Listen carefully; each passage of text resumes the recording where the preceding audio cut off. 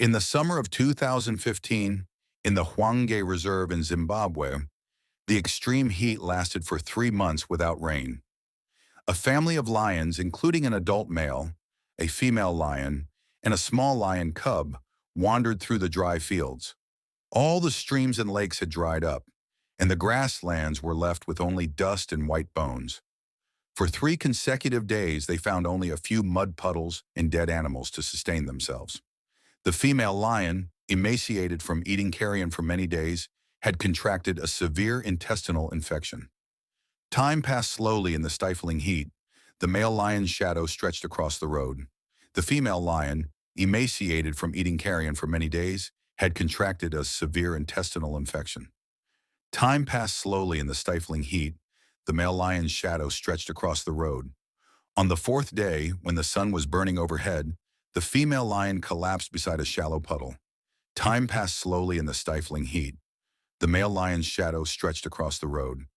On the fourth day, when the sun was burning overhead, the female lion collapsed beside a shallow puddle.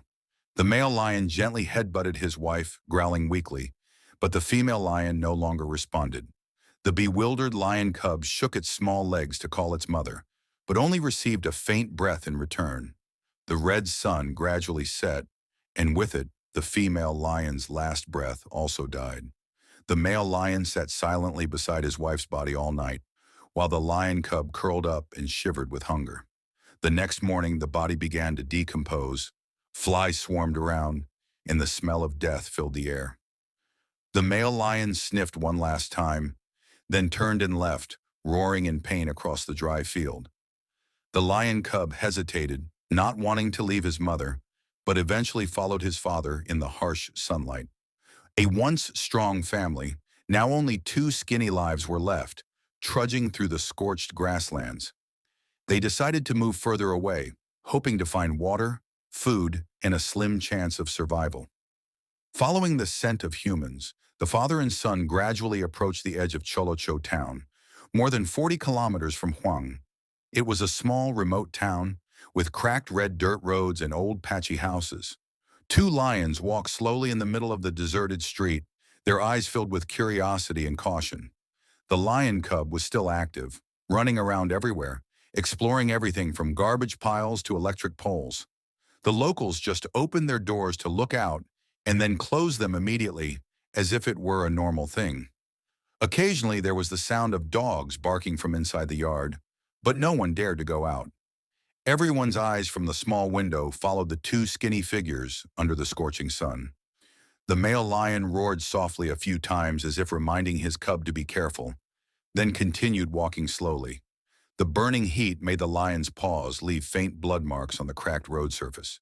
Suddenly, the lion cub discovered a round manhole in the middle of the street and ran over to play.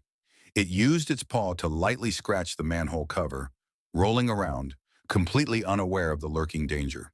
The male lion stood from afar watching, growling softly as a warning, but the lion cub continued to be mischievous. The wind blew dust into the deserted street, leaving only the father and son struggling with their fate. In just a moment of carelessness, the fate of that small family took an unexpected turn. The cruel fate had not yet let them go, even when hope had just glimmered in the midst of the deadly drought.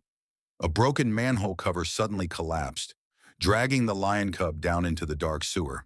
The lion cub screamed in panic, its claws scratching into a hole, the water at the bottom making its fur wet and cold. The male lion rushed forward, tilted his head to look down, growled frantically but could not reach the cub. The lion cub trembled, its clear eyes looked up at its father and let out a weak cry for help. The male lion circled around the manhole, scratching the steel cover, licking its rusty mouth in despair. It roared continuously. The sound echoed throughout the deserted neighborhood, but no one dared to come near to help.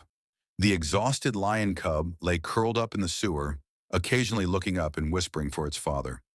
After hours of futile efforts, the male lion finally sat down beside the sewer in despair.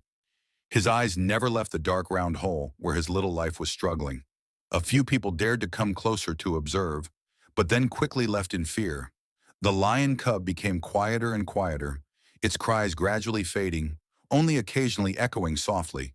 The male lion occasionally licked the edge of the sewer, hoping to pull his cub up somehow. The sky gradually darkened. The weak streetlights began to flicker in the wilderness. That night, under the faint moonlight, the male lion still quietly guarded the mouth of the sewer. The villagers were talking excitedly and finally called the local ranger station. Because of the long distance, it was not until the next morning that the ranger team and the police arrived. They saw the male lion was thin and exhausted, but his eyes were still fixedly looking down at the drain. At first, they did not understand why the lion had been sitting there motionless since yesterday afternoon. Some witnesses said that it had been with a cub but was now alone. The rangers immediately deduced that the cub might have fallen into the deep drain. A rescue plan was quickly drawn up, one that had to be both safe and avoid endangering the entire town. The villagers anxiously gathered from afar, anxiously watching every move of the rescue team. The male lion still did not take his eyes off the hole. In his heart, there was only a faint hope. The head ranger decided to use a tranquilizer gun to temporarily knock the male lion unconscious. The tranquilizer accurately hit the male lion's shoulder, causing it to stand up in shock. After a few minutes, the drug gradually took effect and the large animal collapsed to the ground with a sigh. 3 men quickly approached the male lion, checking its breathing and health condition. Another staff member carefully used a rope to loosely tie the male lion's 4 legs in case it suddenly woke up. 2 rangers approached the manhole, shined a flashlight down, and saw the lion cub's tired eyes looking up. A large bucket was lowered with a sturdy rope, gently restraining the lion cub inside. The lion cub barely resisted, too exhausted to do anything. The whole team carefully pulled the bucket up, centimeter by centimeter. Cheers of joy rang out as it hit the ground. The lion cub immediately rushed to the male lion, rubbing its head against its father's body emotionally. But the male lion still lay motionless, only breathing lightly and his eyes tightly closed because of the anesthetic. Without hesitation, the rangers quickly prepared a large iron cage and placed it on the truck bed. They gently carried the male lion into the cage, and the cub was also placed next to its father. The rescue vehicle slowly rolled out of town, leaving behind touching eyes. Some children ran after the vehicle, waving goodbye as if sending the 2 lives back to nature. The rescue team announced over the radio that both lions had been successfully rescued. On the truck bed, the cub rested its head on its father's thick mane, sleeping soundly. The local police put up warning signs around the broken sewer area to avoid accidents. A long day ended with a small joy.